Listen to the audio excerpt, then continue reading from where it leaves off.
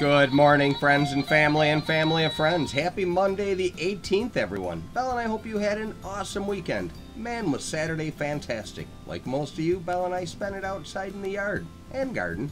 Just doesn't get much better than that, I tell you. Alright, this morning, sunrise will be at 5:29 and sunset will be at 8:15, giving us 14 hours and 46 minutes of glorious daylight, even though we probably won't see much of the sun today. Presently, it's 52 degrees outside, give or take a little bit depending on exactly where you live. You know the routine. Today you should expect overcast skies with rain showers at times. Highs will reach the upper 50s, maybe even the low 60s. Winds will be out of the northeast at 10 to 20 miles per hour, so probably another good day to keep that umbrella handy. Alright, moving on to our family of friends who celebrated birthdays on Saturday the 16th. Happy birthday, Melissa Chopin, Keely Ann, Roxanne Schiller, Heather Wellnitz, Eric Campbell, Kelly Vertel, and Brianna Blum. From our family of friends who celebrated birthdays yesterday on the 17th, happy birthday, Emerald Provenzano, Michael Reed, Dave Oringer, Chris Story, Brianna Johnson Jr., Tim Gallenberg, Elbra Schiedenberg, Jamie Hammer, and our awesome friend Paul Pearden. For our family of friends celebrating their birthdays today, happy birthday Alan Kessler, Daryl Gerke, Stephanie Ferran, Connie Cartier Miller, Joey Manny, Laurie Brown, Colin Whitrock, Jim Cosgrove, Jill Lisich, Julia Chatty, and Jill Andruskevich. Our celebrity birthday shout-out starts with a young actress known for her role as Jessie Wells on The Flash and Taylor on HBO's The Leftovers. In 2018, she landed the leading role as Cara Bloom in CBS's Good God Friended Me, and also starred in Truth and Dare. Violet Bean turns 24 today. Our next celebrity is a hugely successful country singer, producer, and actor who released 18 consecutive #1 hits and was called the King of Country by Christian Post in 2012. George Strait turned 68 today. Our next celebrity is a funny, talented, and beautiful comedian, actress, writer, and producer who became the first female head writer at Saturday Night Live and achieved phenomenal success as a creator and lead actress in the hit NBC series 30 Rock. Tina Fey turns 50 years old today.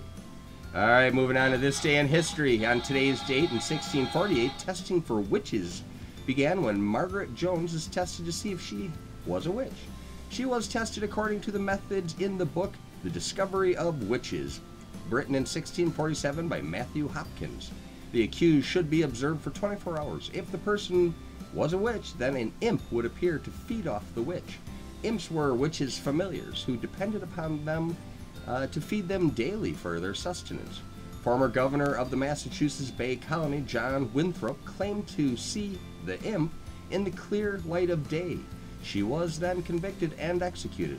She was the first victim of the witch hunt that lasted from 1648 to 1693, and about 80 people throughout New England were accused of practicing witchcraft. Over 20 of them were executed. On today's date in 1927, the U.S. suffers its worst school massacre, which would become known as the Bath School Massacre. 38 elementary school children and 6 adults were killed when Andrew Cohn set off an explosive at the Bath Consolidated School in Bath Township, Michigan. At least 58 other people were injured. After the bombing, Cohn drove back to his school, summoned the school superintendent, Emery Hickok, over his truck radio. Then he committed suicide by setting off a bomb in his truck, killing himself, Hickok, and the bystander, and an 8-year-old child who had survived the initial explosion.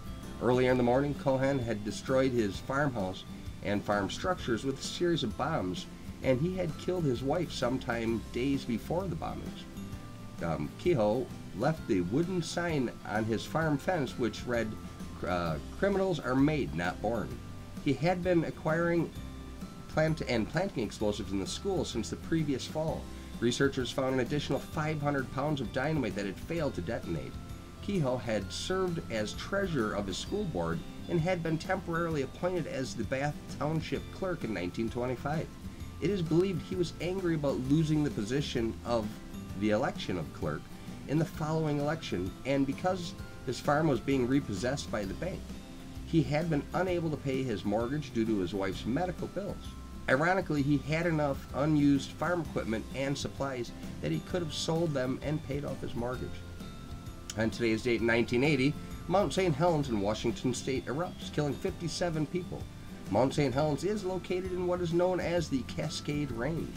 When it erupted, it blasted 1,300 foot off its top and sent hot mud, gas, and ashes running down its slopes, creating a 5.1 magnitude earthquake that triggered a massive collapse of the north face of the mountain, creating the largest known debris avalanche in recorded history.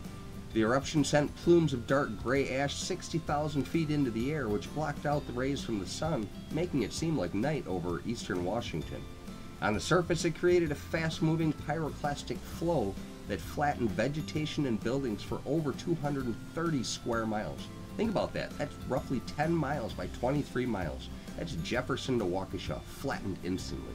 Wow.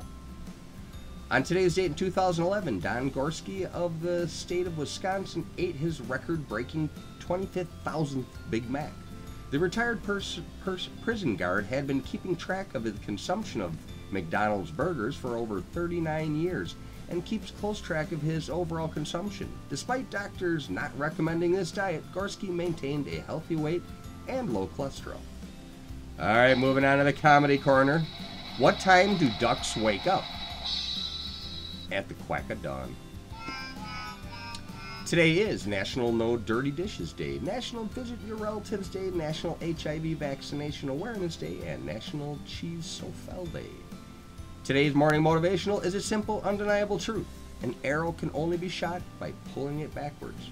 So when life is dragging you backwards with difficulties, it just means that it's going to launch you into something great.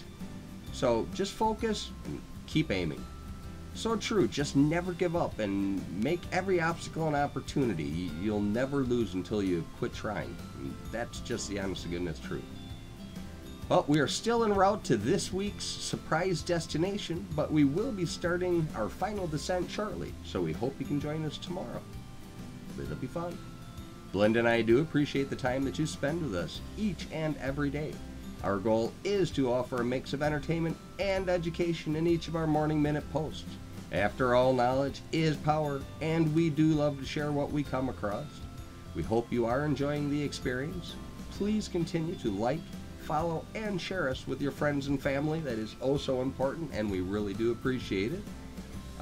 Please remember, Belinda and I are creative, high-energy real estate agents. We would love the opportunity to help you or anyone you know who might be considering buying or selling property in the near future.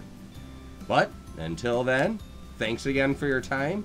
Make it an awesome day, and remember, you have the power. We'll talk to you soon.